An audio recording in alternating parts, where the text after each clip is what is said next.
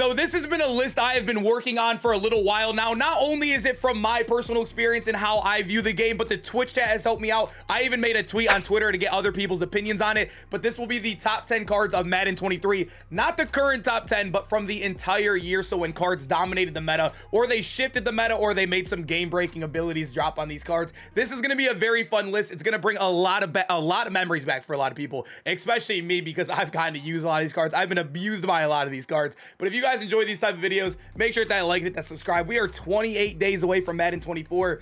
Let's get into this video, man. I'm excited for this one. Before we start today's video, I wanted to give a huge shout out to today's sponsor, mutpacks.com. You can click the link down below and open exciting packs, win tons of coins, and withdraw your account right away. You could use promo code SHOOT for 15% off. Lastly, when you sign up down below, you can get a free 10,000 coin pack as well. Before we get into it, I do have 4 honorable mentions. There are a lot of cards that are going to be left off this list that were obviously top end cards in the game. But to start off, the honorable mentions, I'm just going to skim on right by them because we're going to get into more detail with the actual top 10.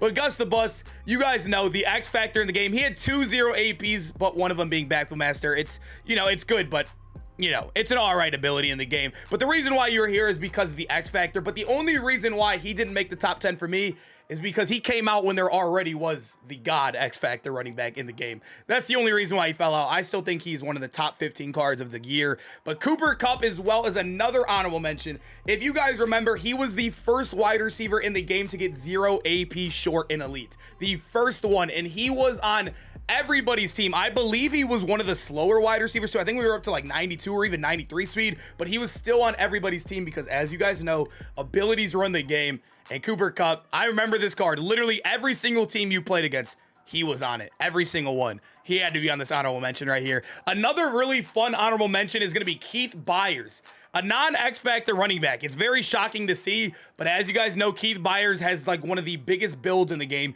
He is super tall. He had top end speed. He also had 90 plus in all of his route running. He was the only running back in the game that had it. I think there's still under 10 running backs in the game currently that have all 3 of those above 10. I might be wrong on that, but I know it's still a very low number comparatively for being in an end game. But Keith Byers, an elite card in the game. We all know if you played around this time, he was another one of those guys before the X Factor. I think he came out before all the X Factors. Everybody had him on their team. Everybody until those X Factors came out. And our last honorable mention is actually going to be a core elite. Core elite Aaron Rodgers, as you guys know, was the best quarterback on day 1. We had multiple quarterbacks come out and nobody switched off of him. We had Jalen Hurts, LTD. I remember when Michael Vick came out. People used Michael Vick for a little bit, but they all came right back to Aaron Rodgers. I don't remember what the first quarterback was that we all switched off Rodgers for, but I know Rodgers dominated for like a minimum of a month, and he was on everybody's team, and he was not expensive at all. Everybody had him. Literally everybody. At number 10, we do have Leonard Floyd, and if you guys do not know why this card was so crucial to the game, let me explain to you guys right now. He probably is a card that a lot of people don't remember because his meta was so small. If he honestly had a little bit more time to dominate, he'd probably be way higher on this list because he was by far the best card in the game for a little bit. I think it was like 2.5 weeks, and I truly think that was the most miserable 2.5 weeks of offense I've ever played, to where I feel like I have to include Leonard Floyd. And if you guys do not know, he was the first edge rusher in the game that got double or nothing and edge strut elite for a combo. The first one in the game. He got it for 4 AP. You got to remember, we had 12 AP at the time, and we did not have any edge protectors or secure protectors for cheap in the game. Not a single one. So that's why Leonard Floyd, if you guys do not know, if you stack double or nothing in edge strut elite and you're not playing any of those protector abilities, they instant shed every single time. It's 100% guarantee rate instant shed, and people had him on, he was like 800k, and I remember literally playing him almost every game, and it was miserable. People would literally come out in 4 down linemen, and it would be a faster set like shed attempt than Dollar would be like right now in the game. His meta is, or his like time of meta, I guess you could say, of dominating being so short is the only reason why he's down here at number 10. But I truly think that that little bit of time that he was top end was miserable, absolutely miserable for offensive players. So at number 9, we have one of the better users of the entire year, and obviously a golden ticket was even created after this card because of how good he was. A 6'7" user, and obviously when we compare Julius Peppers to other users that were in the game around then, like Sean Taylor, his 95, we also did have a Ted Hendricks, and I want to show you guys right now that how good he compares to Ted Hendricks as well, who was another meta card. You could see right here, right away, 71 man coverage to 91, which obviously is a big deal. He has better man coverage. The play rec was a little little bit worse, but you got to remember with a guy like Julius Peppers, you're going to be using him like 95% of the time unless you accidentally click off or you have him in your other user slot. At the end of the day, he is still going to dominate in the box for you. And being a tall guy, I do think they aren't as good as they were last year because they do feel a little bit more clunky this year, but they'll still bail you out. All you got to do is hold Y with the pick artist in the middle of the field, and that 6'7" is going to bail you out so many times. That's why we all still use him. That's why we use him, man. Julius Peppers has to be on this list, at least somewhere, right? So at number 8, we do have the Milkman, and the Milkman has been one of my favorite cards to use. When I first initially got these cards, you guys know I never do defensive gameplays ever on this channel. I actually did one on JJ Watt and another X Factor guy. I think it was Shaq Leonard at the time, or it might have been Tank. I don't remember, but JJ Watt, the Milkman, when you look at him statistically and speed-wise, I think he was very, very undermatched, but we weren't here for the abilities or the stats, right? We were here for the X Factor. He was the first X Factor defensive end in the game, the unstoppable force. And as you guys know, secure protector is the one that slows it down, right? Everybody was still using edge protector. Everybody was still very fond of the edge protector, and there was barely any secures countered in the game. And everybody was just getting destroyed by this Milkman card. I do say now that the X Factors aren't as good because everybody has secure literally on every offensive lineman. But when this card initially came out, he was kind of like Leonard Floyd. I wouldn't say as OP, but it was still very, very good. And you got to remember, we were starting to get multiple of them. The reason why I had Milkman over Tank, over Shaq Leonard, and all those guys is because he obviously came out first, and he was the initial one to start the meta. So at number 7, we have Deion Sanders, and many of us are really fond of this card right now because he is still currently a top quarterback or cornerback in this game. I said quarterback on accident. As you guys know, Deion gets better abilities than golden tickets, and this card came out, and we could find the date right here. Literally, what, 4 months ago? 4 months ago, and he is still a top 5 corner in this game. When you look at him, he does get 2-0 APs, which a lot of cards do, right? But he gets pick artist and also a KO you could choose. So you can go from medium route KO or a mid-zone KO, and that's why he was on everybody's team. He literally, you were able to use 2 different KOs and a pick artist for 1 AP. That is ridiculous. And when he came out, you got to remember that right now is like normal, right? There's a lot of corners that do that now. He came out 4 months ago, over 4.5 months ago. That's how ahead of the time this card was. And he truly is one of the best defenders we've seen all year. And I truly do think this card, he felt like he had 130 play rec out there. He played the balls that nobody else did. He was amazing. He knocked out everything. I did end up getting rid of him because I had to sell some cards for Rookie Premier, but he's a guy that, man, I mean, he's just amazing. He could have played all the way to endgame and been completely fine. I bet you a lot of you guys still have him on your team right now.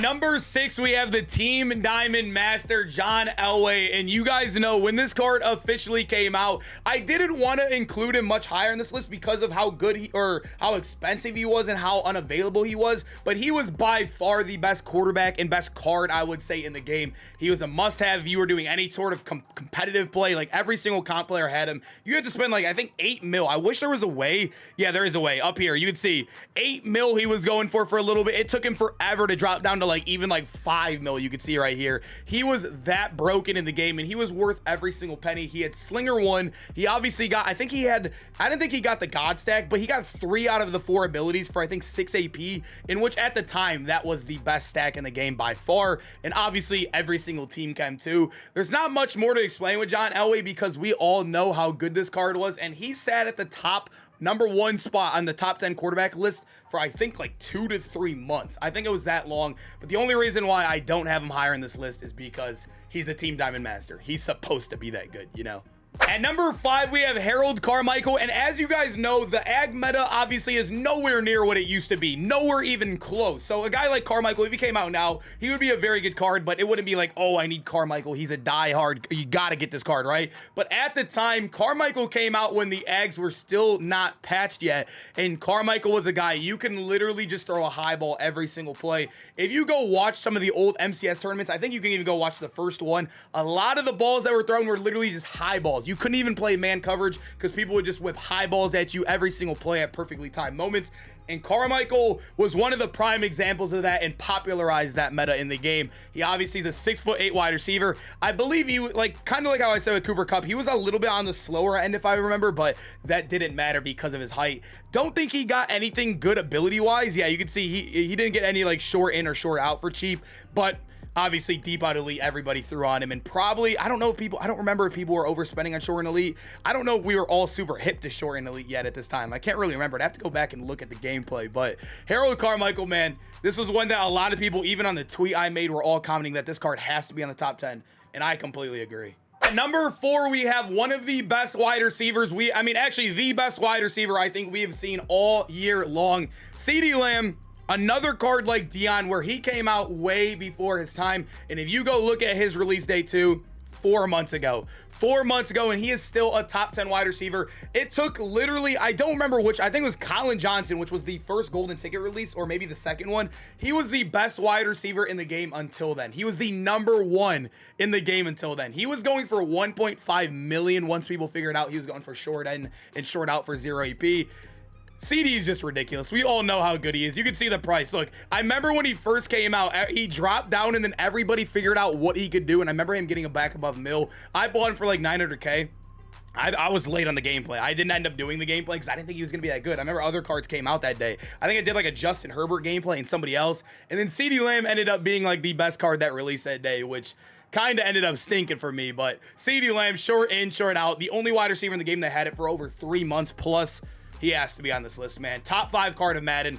A card that I'm kind of bored with, but he's elite, man. He truly is. And also, his 95, if you guys remember, this is one of the best cards in the game as well. I think he was one of the best wide receivers when he first initially dropped, too. It's crazy, man. CeeDee Lamb has been one of the best wide receivers all year long. At number 3, some people might argue this card should be #1, but hear me out. Hear me out. I truly do think Quadfather, he changed the game. He absolutely changed the game. Some might say for the worse. Some might say he's probably going to be the most memorable card of this year. But the reason why I don't have him at number 1 or 2 is because I do think, well, he did change the meta completely. He 100% did.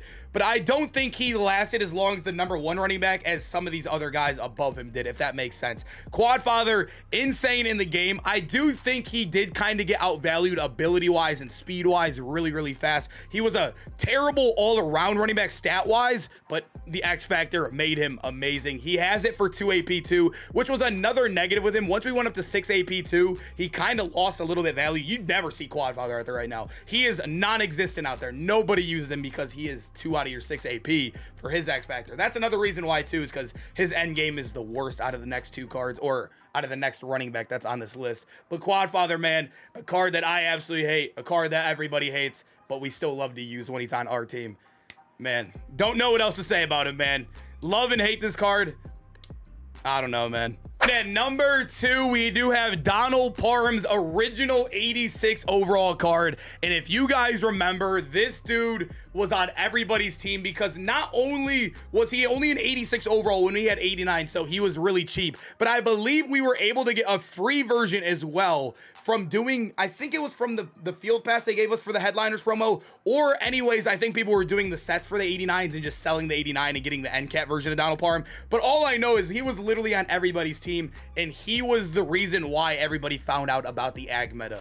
Obviously, a 6'8" tight end, you throw him on a streak, you highball. Obviously, it doesn't work. It still works now. It still does, but nowhere near how good it worked in the beginning of the year. It was literally broken. He was the most miserable card to play against. I remember watching the first MCS tournament too, and one of the best players, I think Noah up next. If you guys do not know, you guys probably said, like, he's a competitive player. If you don't know, he's a very good competitive player. I think he won. I don't remember if he won or lost, but I remember the last play of the game, like, it came off of, like, it was like a 4th down or something, and he just chucked a high ball up to Donald Parham, and he ended up winning the game. It was like a 2-person ag as well. It was like the ugliest throw ever, but that's how good the ag meta was. That's how good Donald Parham was. And you guys know, he absolutely switched the meta. One of the best cards in the game, and we're all going to remember him. He dominated us all way too long, man. It took forever for them to patch the meta as well. I think it was like around when we were getting 93 or 94 overall cards. So Donald Parham, he sat on people's teams until we had like 90 overall teams. That's how good this card truly was for an 86 overall as well. And at number 1, my arch nemesis, everybody's arch nemesis, Cordero Patterson, the Flash card. So the Flash, as many of you guys know, I've done a lot of these top 10 cards, or the top 10 must-have cards. He's sat on that list ever since he's came out. I think he is truly the best card in the game still to this day. He obviously is an X Factor running back, but he also is amazing without the X Factor too. He hits 90 plus in all of his route running, which we explained earlier with Keith Byers. That is amazing. 90 plus in all of them. He is 6'2", so he's going to be be very good out the backfield as a wide receiver as well. He gets the best juke animations. He is maxed out in everything. The one negative you'll notice about the card is the 91 carrying, but I'm gonna be honest, I don't really see Flash fumble too much out there. I really don't see it. But the reason why I take him over Quadfather too, and the reason why everybody takes him over Quadfather right now in the game, he also gets Phenom. He doesn't just get the freight train everyone gets. He gets Phenom, which works after the catch too, and it makes this card absolutely miserable to play against because he'll break a tackle in the flat, get an extra 10 yards on a throw that would technically be a bad throw in Madden normally, right? It's crazy. This card has bailed out so many of us. I absolutely hate playing against him. He's probably the card you see the most right now in the game. If you had to, like, if I had to put like $100 down and guess which running back I'm going to play in the next game, I would guess Flash every single time. And I think I would shoot like 75%. I truly think I would shoot 75% on guessing which my next running back or my next opponent's running back would be. He was a game changer, man. The best running back in the game the day he came out. Boys, hope you guys enjoyed the video. Make sure to comment down below which card would you change off this list, which card was too high, which one was too low, or who did I forget about? There's a lot of good guys I could have named, like Grob Gronkowski I really liked in the game as well. There's just so many good cards that were in this Madden, man. I hope you guys enjoyed the video, though. I might do a best card in every position of this video. I don't know if that's too much. Let me know if you guys want to see that. And hope to see you guys in the next video, though. Peace out, man.